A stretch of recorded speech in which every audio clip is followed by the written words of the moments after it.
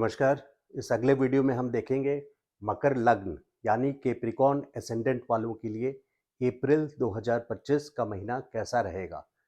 आपके लग्नेश यानी लाइफ के कर्ता धर्ता शनि राशि परिवर्तन 30 मार्च को कर चुके हैं और 2 साल के लिए, नॉर्मली ये 2.5 साल रहते हैं, तो 2 साल लगातार यानी 2 जून 2027 तक मीन राशि में रहेंगे।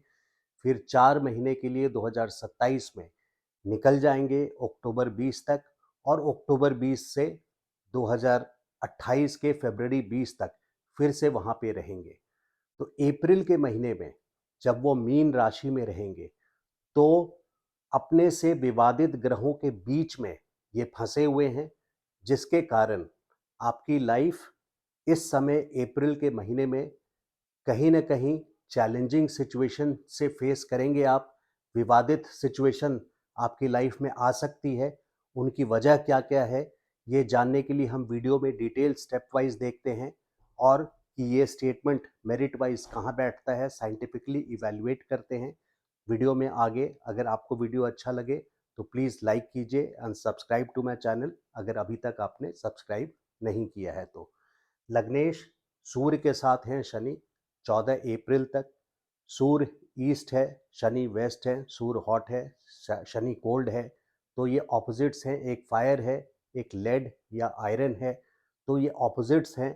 डिस्प्यूटेबल सिचुएशन बनाने के लिए ये पूर्ण हैं, कॉन्फ्लिक्ट दे सकते हैं आपकी लाइफ में।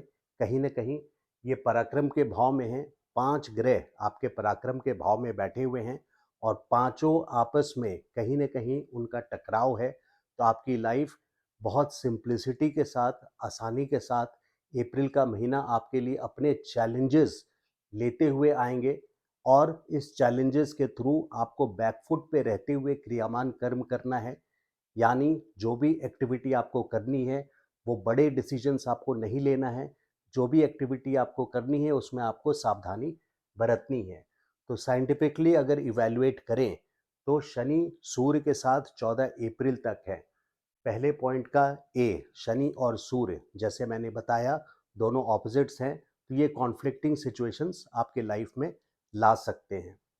सूर्य आपके वैसे भी अष्टमेश हैं, यानी तकलीफ देने वाले ग्रह हैं। अष्टम स्थान के स्वामी हैं, जहाँ से इंसल्ट मिलता है। तो आप बैकफुट पे रहें तो आपके लिए ज़्यादा अच्छा रहेगा। सेकंड, शनि राहु 14 अप्रैल को शनि और राहु की युति हो रही है। इस युति को सिर्फ 14 अप्रैल की तारीख से ना जोड़ें, पूरे अप्रैल, बल्कि 18 मई जब तक राहु मीन राशि में हैं तब तक शनि के साथ हैं। तो ऐसा देखिए कि इनका असर, ये एक श्रापित युति है। श्रापित युति के वजह से आपके लाइफ में अनफोर्सीन सर्कमस्टेंसेस, इल इफेक्ट्स, यानी ऐसी परिस्थितियां जिसको आपने पहले से नहीं आंका हो, नहीं आपको पता चला हो, और वो अचानक से आपके सामने आकर के विपरीत परिस्थितियां खड़ी हो जाएंगी। तो ये एक परेशानी वाली युति है शनि राहु। इसको क्लासिकल ज्योतिष बुक्स में पिशाच बाधा योग भी बोलते हैं। अगर हम मॉडर्न कंटेक्स्ट में स्टेटमेंट और एक्सप्रेशन में इसको बोलते हैं तो ये unforeseen circumstances, challenging circumstances, normal नहीं, जिसमें आपको परेशानी आए, ऐसे सर्कमस्टेंसेस को ये युति पैदा करती है शनि और राहु की। शुक्र और राहु, शुक्र यानी आपके कुंडली के योग कारक ग्रह, केंद्र और त्रिकोण के स्वामी, ये बहुत शुभ फल देते हैं। इस समय 28 जनवरी से 31 मई तक उच्च के रहेंगे मीन राशि में। लेकिन चूंकि वो राहु के साथ हैं इस वक्त, राहु भी माया फैलाता है और शुक्र भी, दोनों इल्यूजन के ग्रह हैं। लेकिन राहु का तरीका गलत रास्ते से इलीगल एक्टिविटी करते हुए आकर्षण को जोड़ता है। तो इससे आप खास करके बचें।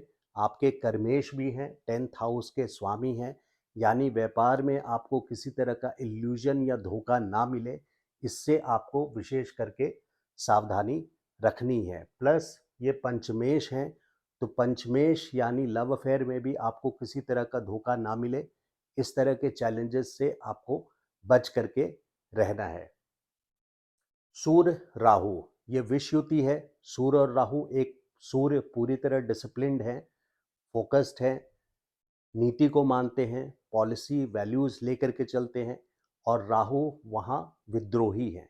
तो ऐसे दो लोगों का यहाँ इकट्ठा होना, जो एक विद्रोही है, एक धार्मिक है या पंडित है, ऐसे बोलिए, ये एक समझाने का तरीका है।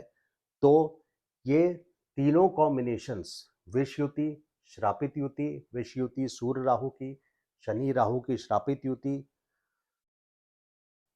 शनि सूर्य की आपस में कॉन्फ्लिक्टिंग युति यानी आपस में विवादित करने वाली युति, और शुक्र राहु की भ्रम और इल्यूजन को गलत रास्ते से बढ़ावा देने वाली युति।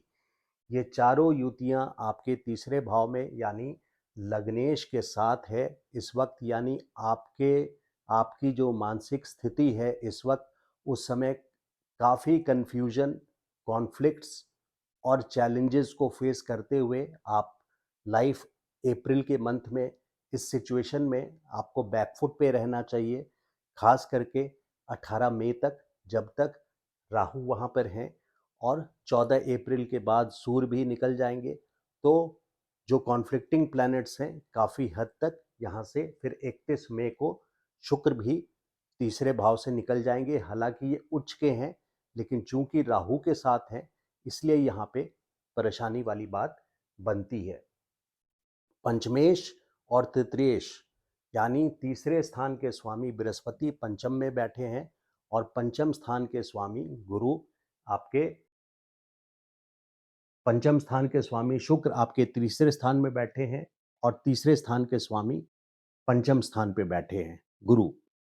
तो यहाँ ये दर्शाता है कि कहीं ना कहीं आपको पड़ोस में से कोई प्रपोजल्स, लव अफेयर से रिलेटेड, ज़रूरी नहीं है इमीडिएट पड़ोस, नेबरहुड, इमीडिएट नेबरहुड, बट हो सकता है कुछ दायरे में पड़ोस के आपको लव अफेयर के प्रपोजल्स आ सकते हैं, और वो 31 मई तक पूरा ही संभव है। लेकिन हालांकि 14 मई को बृहस्पति वहाँ से निकल जाएंगे, लेकिन आपको सावधानी पूरी तरह से बरतनी है, क्योंकि यहाँ राहु का रोल 18 मई तक पूरी तरह से है। शनि का आपके तीसरे भाव में आने का बहुत सौभाग्यशाली गोचर है ये तीसरे भाव का। ऐसा मैं इसलिए बोल रहा हूँ क्योंकि लग्नेश आपके शनि हैं, बहुत धीमी चलते हैं, स्लो मूविंग हैं, डिलेड रिजल्ट देते हैं। लेकिन शनि की पोजीशन तीसरे भाव में, क्योंकि यहाँ से भाग्य को डायरेक्टली देखते हैं, तो आपके भाग उदय कराते हैं, कराएंगे। 2025 मार्च के बाद से लेके यानी 1 अप्रैल से लेकर के 2027 2 जून तक, ये 2 सालों का फेज आपके भाग्य के लिए बहुत अच्छा है।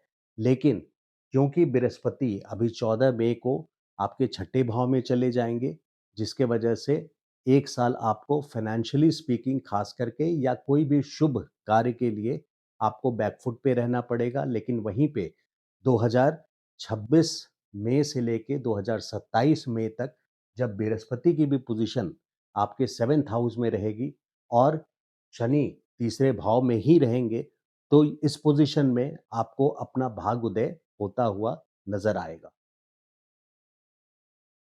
पांचों प्लैनेट यानी 5 ग्रह यहाँ से इकट्ठे आपके भाग स्थान को देख रहे हैं, नवम स्थान को देख रहे हैं, और नवम स्थान पे केतु बैठे हैं, और बृहस्पति भी 5वीं दृष्टि से केतु को देख रहे हैं अप्रैल के महीने में, और 14 मई तक, 18 मई तक केतु नवम स्थान पे हैं। इसका मतलब ये होता है कि आपको अध्यात्म से जोड़ा जा रहा है, स्पिरिचुअल वर्ल्ड से जोड़ा जा रहा है। यानी मेडिटेशन अगर आप इस वक्त पे करते हैं, तो खास करके आपको बहुत अच्छा लाभ मिलेगा, जो कि ग्रहों का सारा फोकस, सारी एनर्जी तीसरे भाव से, इंक्लूडिंग लग्नेश, नवम स्थान को, जो कि धर्म का स्थान माना गया है, और केतु होने के वजह से वो स्पिरिचुअलिज्म से भी जुड़ता है। धर्म मतलब रिलीजन, और उसके अलावा स्पिरिचुअलिज्म यानी ईश्वर, डायरेक्ट ईश्वर से, अपनी मनस्थिति से आप वहाँ तक पहुँचने में सक्षम रहेंगे। अगर आप इस टाइम का उपयोग अप्रैल के माह में 18 मई तक खास करके करते हैं, तो इस टाइम का की पोटेंसी आपको स्पिरिचुअली अपलिफ्टमेंट करने में बहुत मददगार रहेगा।